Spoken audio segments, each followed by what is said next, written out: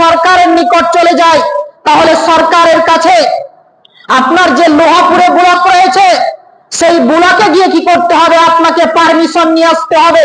আপনাকে মৃত্যুবরণ করার পর আপনাকে দরখাস্ত করতে হবে, তবে আপনি কি করতে পারবেন? আপনার সন্তানকে গিয়ে সেই কবরস্থানে দাফন করতে পারবেন, নচেত দাফন করা সম্ভব হবে না। তাই আপনি আমি মুসলিম জাতি, আপনার আমার মুসলিমদের অনেক জায়গা রয়েছে। এই যে আমরা মুসলিম জাতি, এই মুসলমানদের যে আপনারা লালবাগ দেখতে পাচ্ছেন, লালকেল্লা, এই সমস্ত জায়গাগুলি হচ্ছে মুসলিমদের। আজকে যে কোর্টগুলি রয়েছে, এই কোর্টগুলি ওয়াকফ বোর্ডের মধ্যে রয়েছে, এইগুলি হচ্ছে মুসলিমদের জায়গা।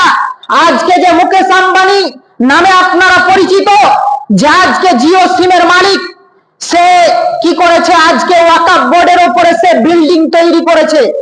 বিল্ডিং তৈরি করে সে মুসলিমদের জায়গাকে ভক্ষণ করছে। তার কারণে মোদী সরকার এই মুকেশ আম্বানির সঙ্গে জড়িত। তার কারণে মোদী সরকার কি করলো?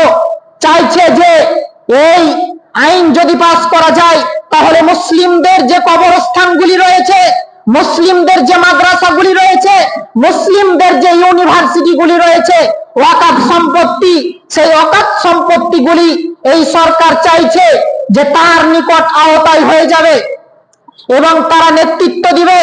সেখানে আপনার তালা মেরে দেওয়া হবে, মসজিদে তালা মেরে দেওয়া হবে, মাদ্রাসায় লক করে দেওয়া হবে, আপনার যতগুলি জায়গা রয়েছে সমস্ত জায়গাগুলিতে তালা মেরে দেওয়া হবে।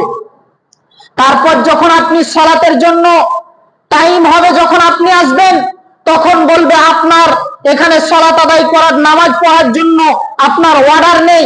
আপনি আগে প্রশাসনের কাছে আপনি অর্ডার নিয়ে আসুন, তবে আপনি এখানে নামাজ পড়তে পারবেন, তবে আপনি সালাত আদায় করতে পারবেন, নচেত আপনার কোনো রেহাই থাকবে না। সম্মানিত উপস্থিতি, তাই আপনাকে আমাকে সচেতন হতে হবে যে ওয়াকফ সম্পত্তি এই বিলকে বাতিল করতে হলে প্রত্যেক গ্রাম থেকে আপনাকে আমাকে মিছিল করে নরেন্দ্র মোদী কেন্দ্রীয় সরকারের কাছে পৌঁছে দিতে হবে যে আমরা মুসলিম জাতি, আমরা বীরের জাতি, আমরা কখনো নিজের সম্পদ কোন হিন্দুর কাছে যেতে দেব না, কোন বেধর্মীর কাছে যেতে দেব না, আমরা কোন খ্রিস্টানের নিকট আমরা যেতে দেব না। যদি হয় তো আমরা নিজের প্রাণ দিতেও রাজি আছি, কারণ আল্লাহ রাসূল সাল্লাল্লাহু আলাইহি ওয়াসাল্লাম